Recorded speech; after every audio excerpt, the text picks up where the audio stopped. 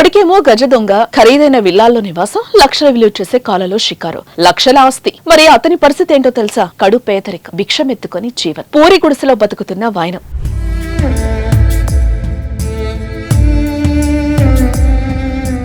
ఇది ఎవరి స్టోరీనో కాదు, ఇటీవల హైదరాబాద్ ప్రిన్షం పబ్ లో దొరికిన దొంగ బత్తుల ప్రభాకర్ అలియాస్ రాహుల్ రెడ్డి కథ.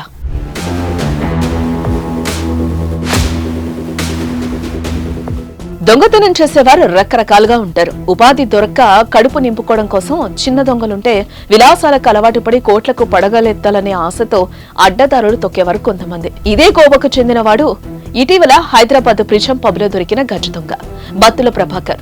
అతన్ని విచారించగా విస్తుపోయే నిజాలు బయటకొస్తున్నాయి. వీడు గజ దొంగే కాదు, కనీస మానవత్వ విలువలు లేని వ్యక్తి కూడా.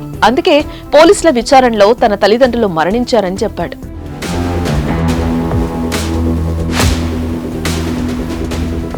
ఆ గజ దొంగ తల్లి మరణించినా తండ్రి ఇంకా ఉన్నాడు. దొంగతనాలు చేసి కోట్లు సంపాదిస్తున్నా అతని తండ్రిని మాత్రం దిక్కులేనివాడిగా వదిలేశాడు. వృద్ధాప్యంలో తోడుండాల్సిన కొడుకు అండగా లేకపోవడంతో ఆ నాన్న కష్టంగా బతికీడుస్తున్నాడు. ఓ పూరి గుడిసెలో కాలం వెళ్లదీస్తూ పెన్షన్ డబ్బులు, దేవాలయాల దగ్గర భిక్షం ఎత్తుకుంటూ జీవనం సాగిస్తున్నాడు. ఇదిగో మీరు చూస్తున్న ఈ పూరి గుడిసెనే సొంతూరులో బత్తుల ప్రభాకర్ తండ్రి నివాసం. ఆ ఇంటి ముందు లుంగి కట్టుకొని నిలబడిన వ్యక్తే ఆయన తండ్రి కృష్ణయ్య.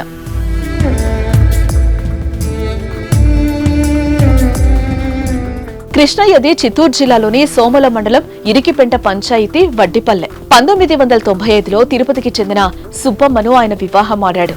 తర్వాత 2000 సంవత్సరంలో కూలి పనులకు గుంటూరెళ్లగా చిలకలూరుపేటలో గజదొంగ ప్రభాకర్ జన్మించాడు. ఆ తర్వాత భీమవరానికి వారు నివాసం మార్చారు. అయితే ప్రభాకర్ తల్లి సుబ్బమ్మ చనిపోయింది. తర్వాత తండ్రిని వదిలి ప్రభాకర్ వెళ్లిపోయాడు. దీంతో చివరికి 2010లో స్వగ్రామానికి వచ్చేశాడు కృష్ణయ్య. కుమారుడు వదిలి వెళ్లిపోవడం, భార్య చనిపోవడంతో ఆయనకు దారిలేదు. చిన్న చిన్న కూలి పనులు చేసుకోవడంతో పాటు ఆలయాల దగ్గర భిక్షమెత్తుకుంటూ జీవనం సాగిస్తున్నాడు. పెన్షన్ డబ్బులపైనే ఆయనకు ఎక్కువ ఆధారం. అతని వద్ద కనీసం ఫోన్ కూడా లేదు. తండ్రి కొడుకుల మధ్య ఎటువంటి సంబంధాలు లేవు. అదే విధంగా సొంతూరులో ప్రభాకర్ కూడా ఇంతవరకు అడుగు పెట్టలేదని ఆ గ్రామస్తులు చెప్తున్నారు. మొన్న కూడా పోలీసు వాళ్ళు వచ్చి అడిగినారు. అడిగింటే కూడా ఆయన వచ్చి ఆ కృష్ణప్పని అడిగినారు. భీమవరం నుంచి వచ్చి అడిగినారు. వాళ్ళ తండ్రి కొడుకులు లేరు. ఎప్పుడు వచ్చిందా ఆ పిల్లోడు వాళ్ళ ఆయన ఎప్పుడు వచ్చిందా? దొంగైనా, కరుడు కట్టిన నేరగాడైనా వారికి ఒక మనసు ఉంటుంది. తల్లిదండ్రులపై ప్రేమ ఉంటుంది. కానీ కనీసం తండ్రిని పట్టించుకోకుండా దొంగతనాలే వృత్తిగా విలాసవంతమైన జీవితాన్ని గడుపుతున్న ప్రభాకర్ కథ తెలుగు రాష్ట్రాల్లో సంచలనంగా మారింది. తమ్ముని కొడుకు సార్ ఏండ్లు కూడా నాకు గుర్తులేదు సార్. వానికి 15 ఏళ్ళ వయసు, ఎవరికి వాళ్ళ నాయనకి 15 ఏళ్ళ వయసు. అప్పుడు అలవారిపోయినాడు.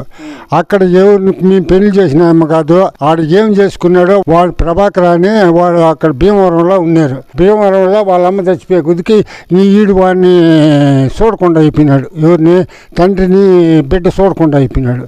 వాడిని మాట్లాడుచుకుంటే నాకు ఇంకెవరు దిక్కు అని చెప్పి వాడు వచ్చి అసలు తవలో వచ్చి ఆ ఇంట్లో ఉన్నాడు.